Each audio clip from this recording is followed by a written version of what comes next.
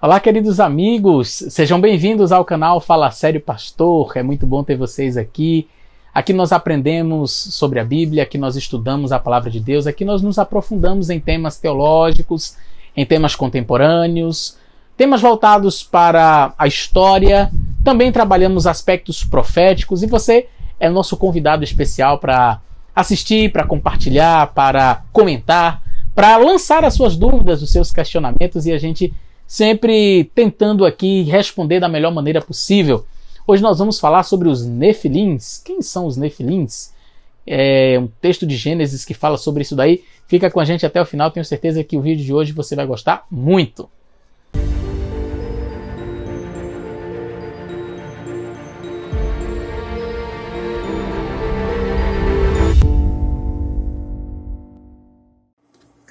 Olá, Pastor Eleazar, tudo bem? Então, eu estou com uma dúvida e eu preciso muito da sua ajuda. Veja só, como entender esses dois versos de Gênesis 6?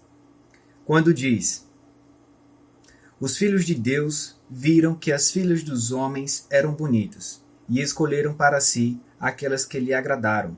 Isso, capítulo 6, verso 2. E no capítulo 6, verso 4, diz o seguinte: naqueles dias havia nefilins na terra, e também, posteriormente, quando os filhos de Deus possuíram as filhas dos homens, e elas lhe deram filhos. Eles foram os heróis do passado, homens famosos. Como entender essa situação? O que quer dizer nefilins? O que quer dizer filhos de Deus e filhos dos homens? Como posso entender? Fala sério, pastor.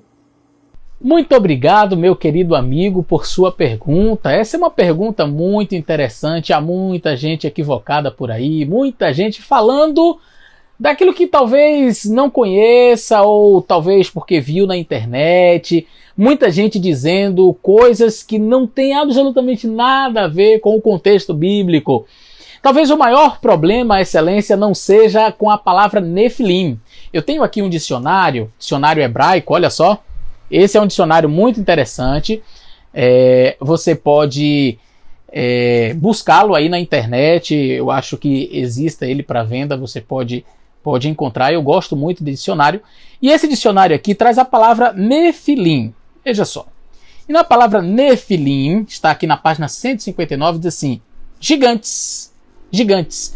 Esta palavra vai aparecer aqui em Gênesis no capítulo 6, conforme você mencionou. Gênesis capítulo 6. E aconteceu que, como os homens começaram a multiplicar-se sobre a face da terra, e lhes nasceram filhas, viram os filhos de Deus, aqui é a expressão Bener Elohim, que as filhas dos homens, El Benot Haadan, e as filhas dos homens, eram formosas e tomaram para si mulheres de todas aqui escolheram. Verso 4. Havia naqueles dias nefilins na terra, gigantes na terra. E também depois, quando os Bener Elohim, os filhos de Deus, entraram as El Benot Haadan, as filhas dos homens, e delas geraram filhos. E eles eram valentes, que houve na antiguidade, os varões de fama. Talvez a expressão, como eu mencionei anteriormente, mais complicada não seja nefilins, gigantes. As expressões mais difíceis nesse contexto aqui são exatamente essas que eu falei em hebraico. Bener Elohim, que quer dizer os filhos de Deus, El Benot Haadan, e as filhas dos homens. Algumas pessoas interpretam que estes filhos de Deus seriam anjos e que as filhas dos homens seriam a humanidade, seres humanos. E que então houve relações entre homens e anjos, e que da relação desses homens e anjos é que nasceram os nefilins, os gigantes na terra. Isso não tem respaldo bíblico, isso não tem amparo bíblico. A expressão Bener Elohim quer dizer exatamente filhos de Deus, como os descendentes de Sete. Era a linhagem de Sete, os homens que buscavam a Deus, que faziam a vontade de Deus. E aí você tem Enos, Cainã, Jared, Lameque, Enoque, Noé, Matusalém, essa turma toda aí.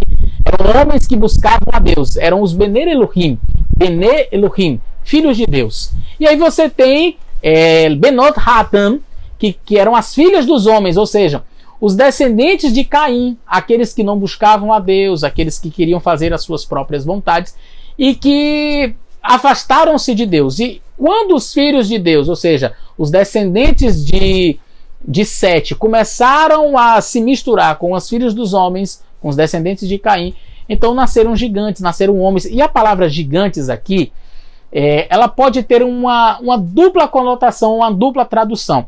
Ela pode significar pessoas de uma elevada estatura, como está lá por exemplo, aqui no livro de Números. Números, capítulo 13, e o verso 33 diz assim: também vimos ali gigantes, filhos de Anak, descendentes dos gigantes. A palavra aqui é Nefilins. Quando os dois espias vão lá para vigiar a terra, para olhar a terra de Canaã, eles encontram lá quem? Os Nefilins. Ora, mas os Nefilins não foram destruídos no dilúvio? É porque a palavra Nefilim quer dizer gigante, mas pode ter uma outra tradução.